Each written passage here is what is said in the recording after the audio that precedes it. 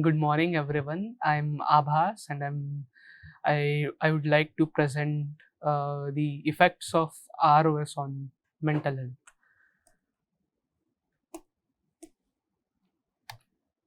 So, first of all, a recap to whatever we have studied throughout the course. Reactive species, they are a general term to describe free radicals and reactive oxygen species.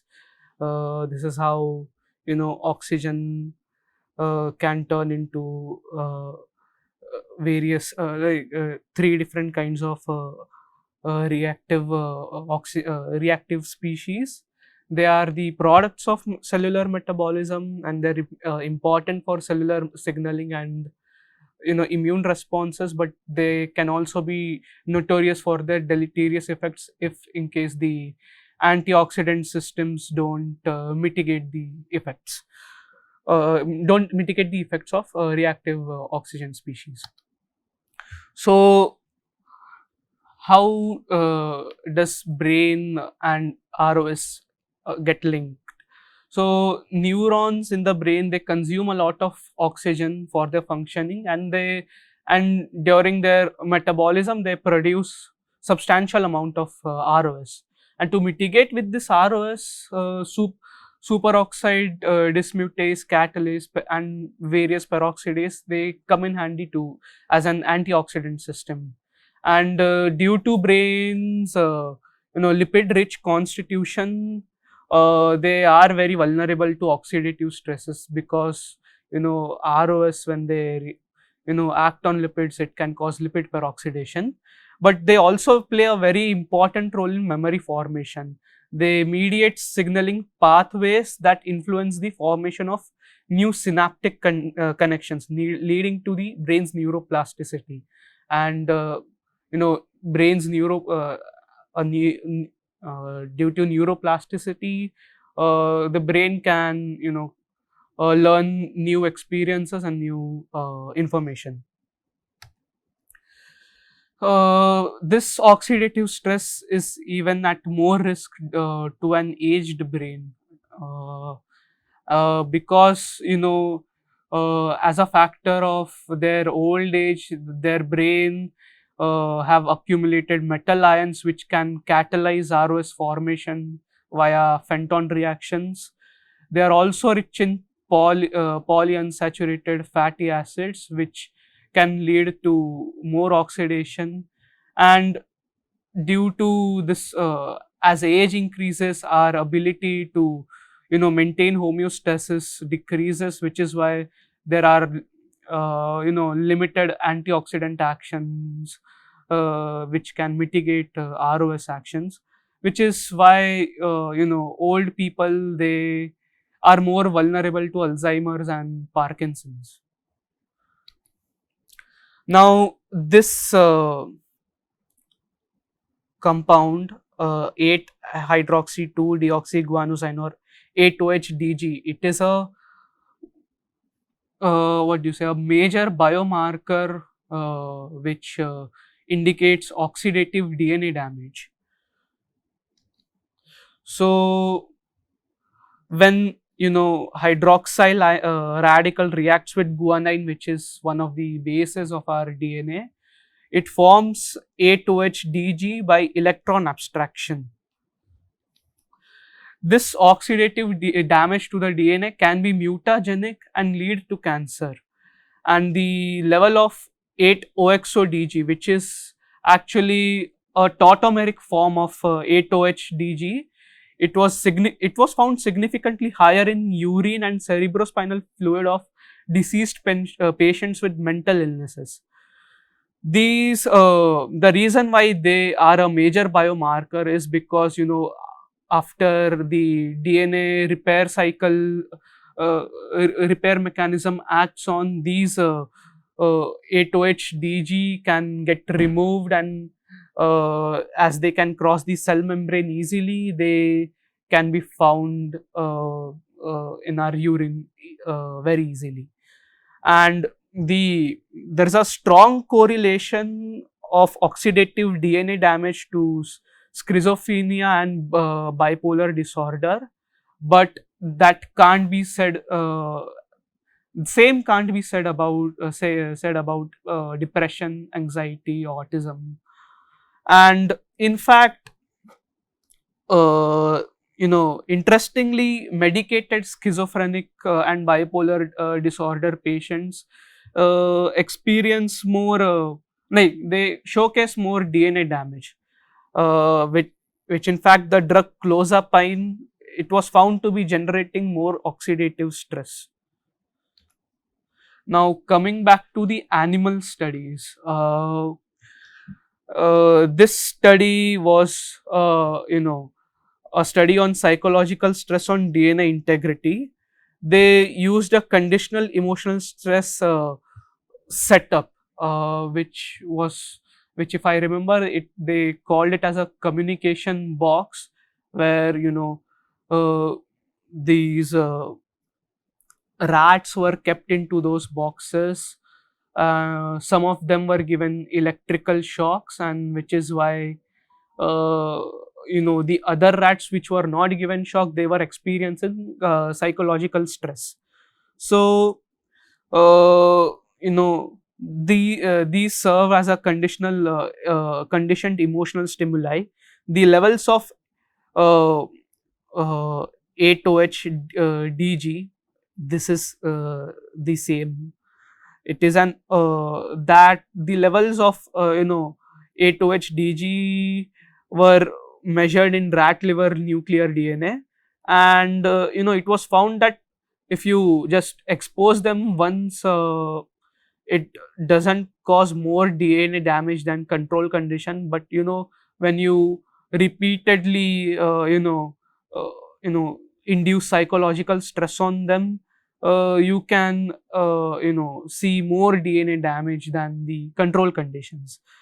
After 1-3 hours, when the DNA repair mechanism reactivates, these levels, the levels of A2HDG, they get back to normal. But then after 6 to 18 hours of exposure, they uh, increase again, and you know no significant increases in A2HDG levels were observed in kidney or lung, except when after the fourth exposure.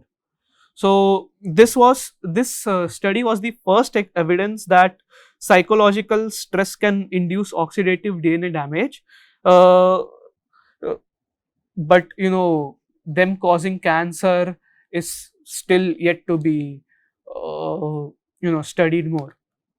Similarly, in human studies,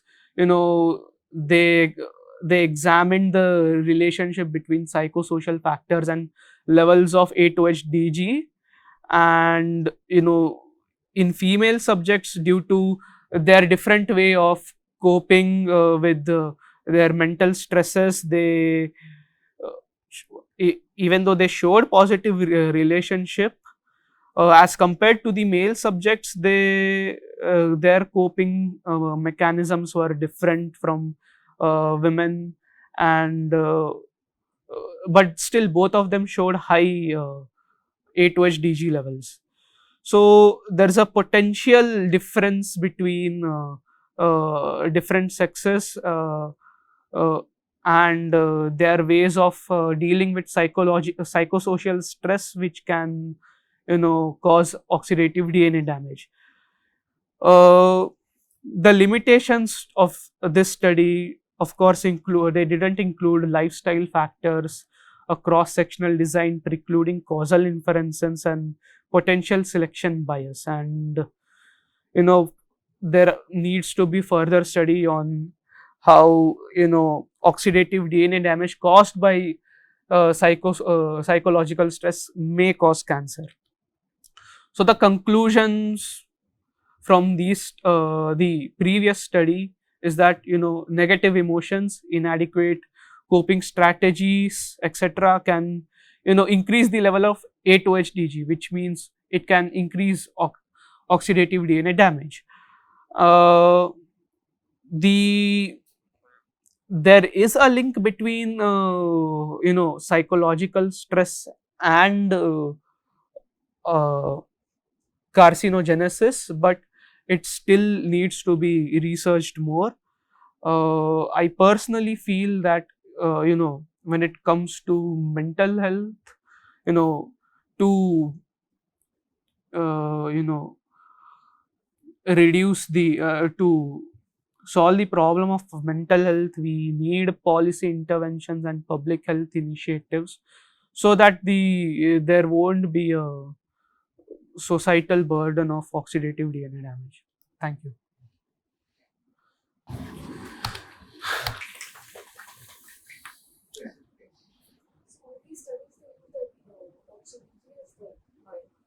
Yes. No other biomarker study, but this is proven to be this only biomarker. I am not sure about the other biomarkers, but yeah, they have used 8-OHDG as the biomarker.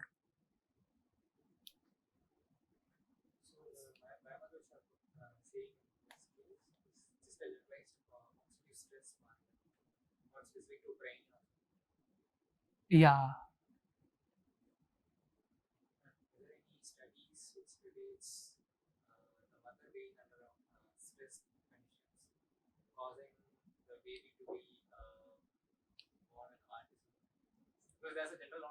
Yeah, yeah, yeah.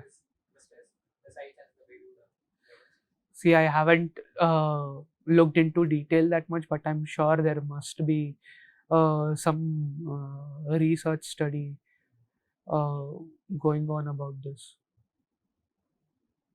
Any other questions?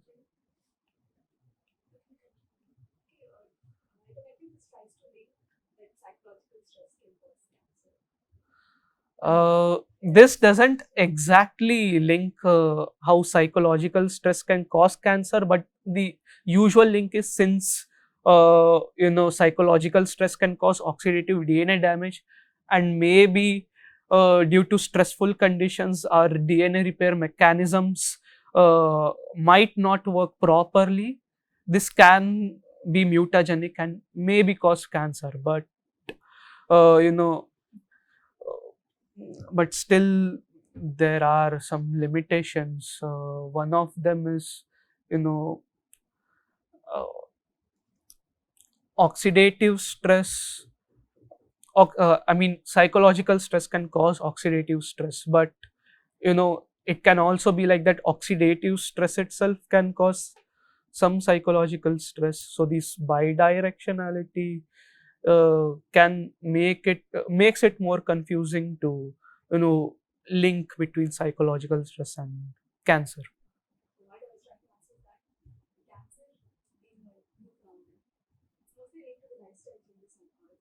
Yes.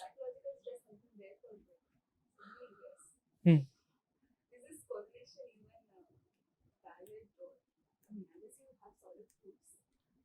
Wi- yeah, this is just a hypothesis. Even these researchers themselves are trying to uh, find a link, but it's not a definitive.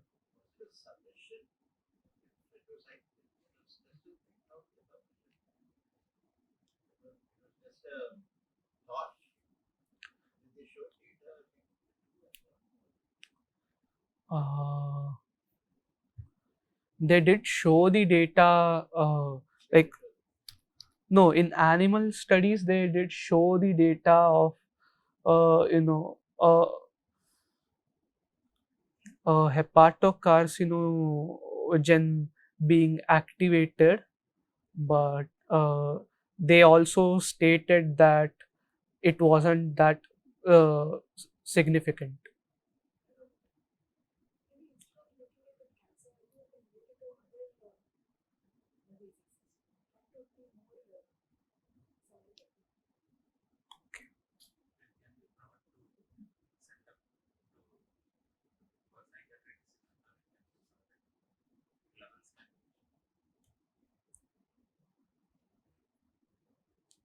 Any other questions?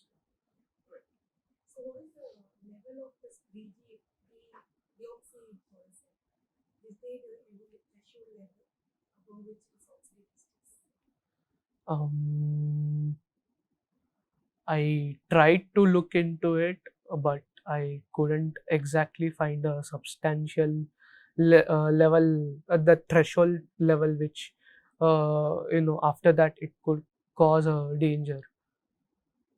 Like you could do assays where you find creatinine, and as far as I remember, I saw about like 5 to 12 nanogram of creatinine is like normal, but huh?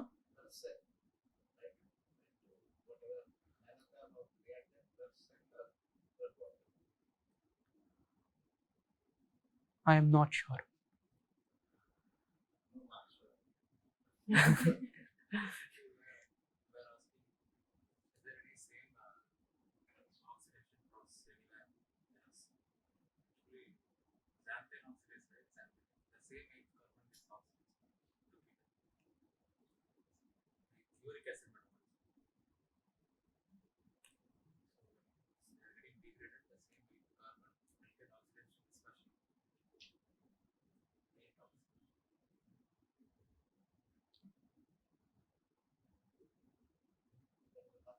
Okay.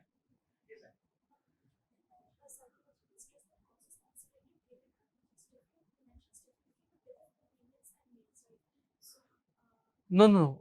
I meant to say that different ways of managing with stress can, even though it is positive that they can have high A2HDG levels. I'm sorry, what was your question again? So that is difference. I thought is it related to cancer also that because of the stress management is going on difference between the because you mentioned that this is what's going on. Is it just the coping mechanism or different techniques?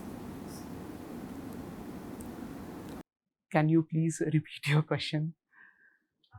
Psychological stress that causes the oxidative damage. So I could mention to say it is different reasons.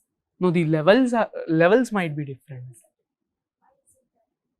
because of uh, different people have different ways of managing stress, and since this study was based in Japan, the cultural conditioning as well as conditioning between men and women might generally affect the way uh, you know both of them manage with stress, and which is why you can see difference in the levels of A2HDG. Who is most? Mm,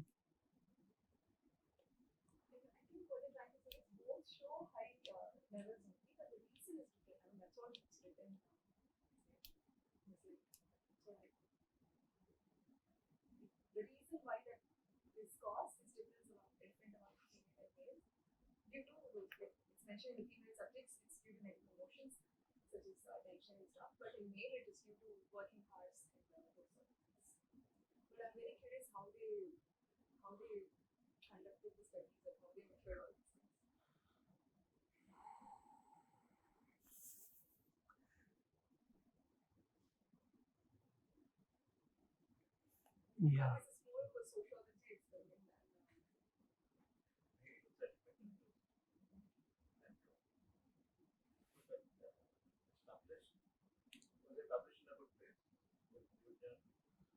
Uh,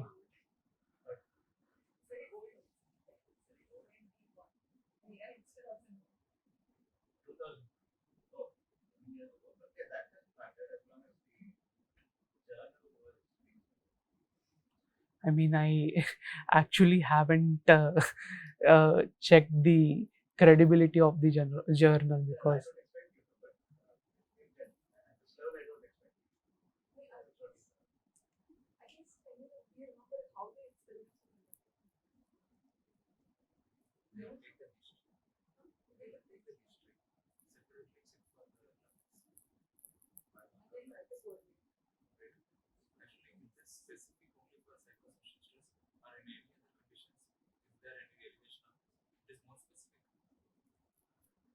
hmm,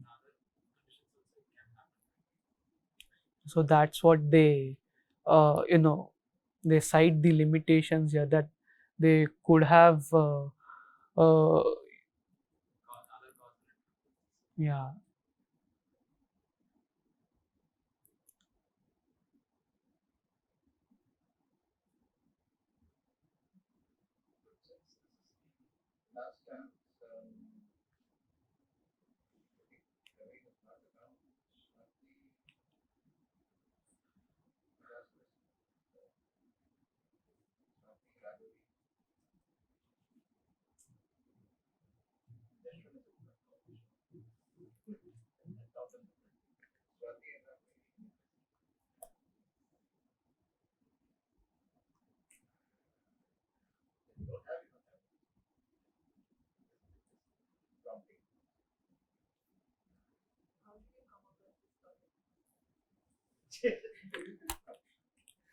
It's a bit personal.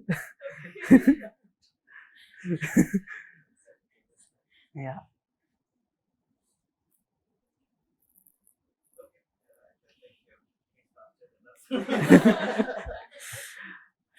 I mean, you could see elevated levels of A2HDG.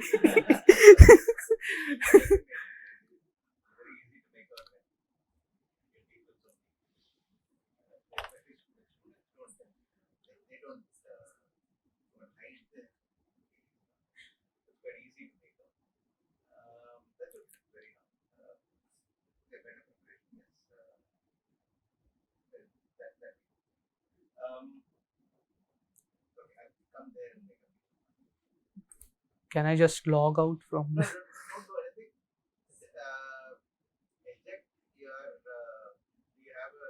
No, I actually logged. Okay.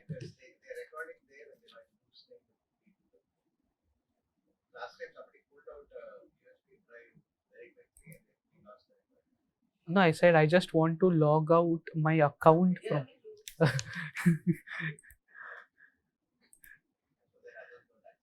Yeah. Okay. Thank you. Okay, people. Today is the last formal class. There are, I think, Friday or Thursday is the last day of classes anyway. So I somehow thought it was second, and then last time when it was checked, it said third. I mean, yeah, second, and then it said third. Second is Thursday, and third is Friday. So that doesn't matter. We had already planned for things, and it went fine. Yeah, all the healthy ones have submitted their RS leverage exercise, which is good. And I will take my time to grade them. I usually do it over time. That's the reason why I ask you to submit your reports much in advance so that I can give the grades on time. I will send you an input on your leverage exercise, definitely. This one is, if you want, you can ask me. I'll give you the input on a request basis for the presentations. Okay, that is one. Any questions, comments, anything at all?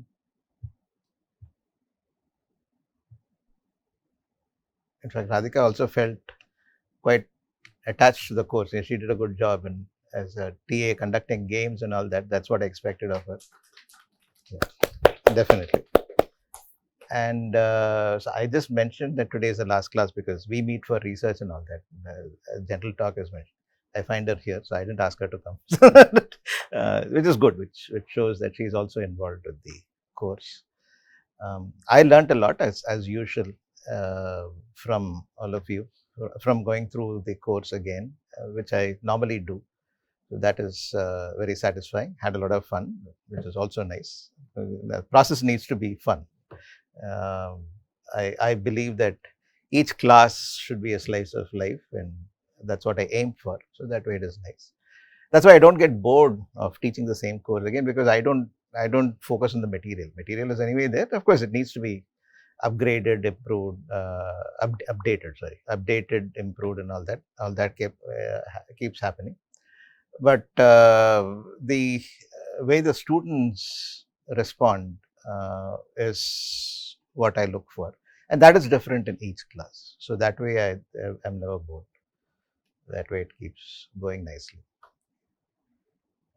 Any questions, comments at all? Otherwise, I think the course went well. Hopefully, you learned something. That is the most important thing. The whole idea is that you learn without stress and so on and so forth. Rather, you learn. I wouldn't even say without stress. I think stress is good. The stress that you undergo while giving a presentation and overcoming that, all that is, I think it's necessary because you are being trained to face things later. A creative process is always stressful. Okay, the final outcome is great, but what you go through is hell in any creative process. And hopefully you got a taste of that with your RS leverage exercise. And this of course is more of a different kind of an exercise. Hopefully you learned things. You learned something about reactive species. Whenever you need it in the future, you can go back. Things would have changed. Things keep changing all the time in this field, which is rapidly changing. It's old. It's 70, 80 years old. The journals are at least 70 years old, but still it keeps changing. And so that's the way it is. And any time you need any help, feel free to get in touch with me. If not, I'll be happy to help you out. So all the best to all of you. Okay. I feel it's a shame that this field is still seen to be as an underrated, not much focused on the topic, because when I was looking up for ideas and trying to complete my leverage exercise as well as this presentation, I came up with a lot of interesting stuff, especially during this presentation when I was the day before I had to present. I still feel like there is a lot to uncover. Yeah, that's true. That's the reason I'm still in the field after 30 years of research. I moved on to more focused aspects because my time is up in terms of there's only a certain amount of time that you can spend professionally, which is our system, which is fine. So for practical constraints, I had to move away from the exciting and not so well defined aspects of reactive species work. There's a lot to be done, and our contribution of that reactive species module, which fittingly came out of 14 years of work, I think is something big that we did. It started out with the idea that anybody must be able to know the effects of reactive species on their system by coming to our website. Was what was thought of in 2009, because that was in style at that point in time, 2009, 2010. Initially it was mulled with some work sporadically, and then formal work began 2012, 2013, various DDPs, MTPs. I never gave it to a PhD because it was not defined. I didn't want any PhD student to suffer because of that, because nothing will come out of it, at least as I saw it. I thought it will come out in 5 years, but it took 14. So that's the way it was going to be. Those are the ways by which big contributions come through. Okay. And I thought that we were working in a really fundamental aspect. So once you get it there, it's all done. But never realized that till it actually happened, that gap in data can never be matched. I thought we will match it somehow. That didn't happen. So that's the reason we had to restart. And then even the formalism now, the systems biology formalism is in development. It's complete. So that way, this is fine. This goes on. It will develop together, and whatever we could do, we did, aided by the contribution of a lot of people, anchored by Prerna and Subhashri. So that way, it was very satisfying. I talked to the publisher. They said that they were sending out the book for printing the end of this month, which is now 29th, right? Yeah, must have gone. And she said next month you can expect. So I'll let you know. I'll send you a message anyway.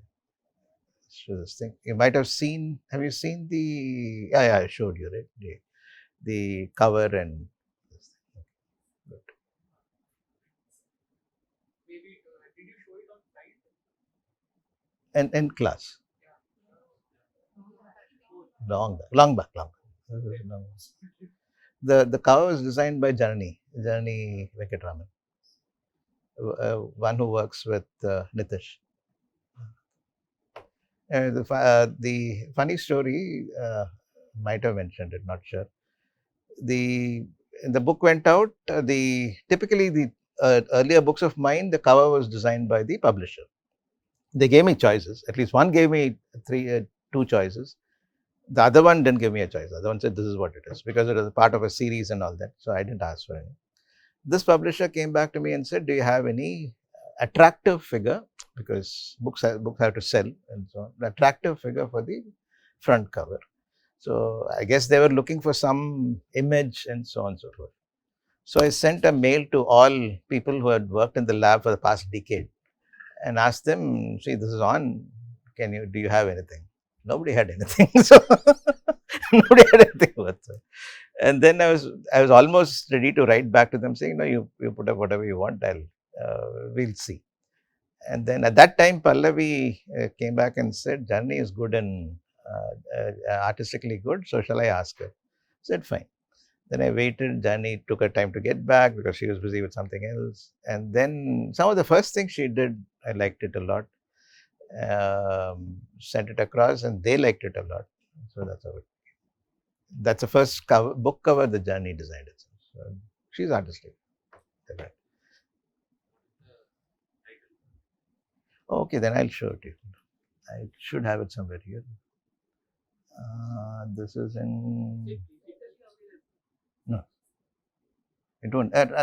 I don't know whether they're going to bring out a e-copy. It depends on the publisher. The first one did, Springer did. Oxford University Press did not. This one I don't know. I'll have to ask them. Where would I find this? This one would be in my Zimbra, isn't it? There is no. Yeah, I'll definitely get it for the library. I'm definitely asking it. That's no big deal. That's just make a request and they'll get it. But it has to become available first. Yep, that's what it is. How do I reduce this?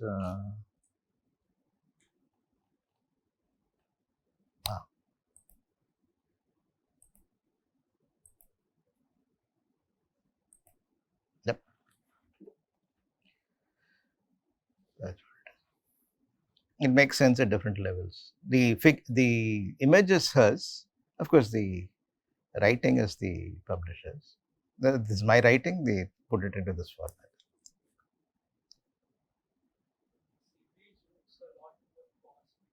Yeah, it's attractive. It makes sense at many levels, certainly. And if you're artistically minded, that's more important.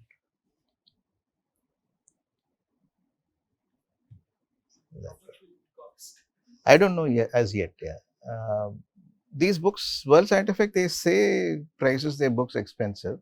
I don't know. I don't know the cost.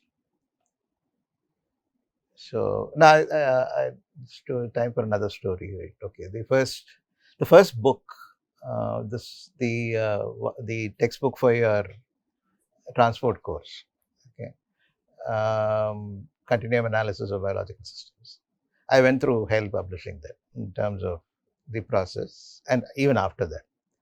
So I might have told you that I haven't seen a single paisa of royalty from that so far because of the middleman who turned out to be a cheater. I went through that because initially you're very idealistic and so on and so forth. I know that the foreign books are expensive. So I went for an option where the Indian edition comes out at the same time as the foreign edition. So for others, you sell whatever you want, but for the Indian students, it's available at in rupee, a reasonable price, okay, and decent printing and all that. So this one provided that option. But the trick was he wanted the copyright, and he was going to deal with Springer for the worldwide thing. I could have gone directly with Springer, directly with, I think we were trying a few other things at that time. This thing, what is it called?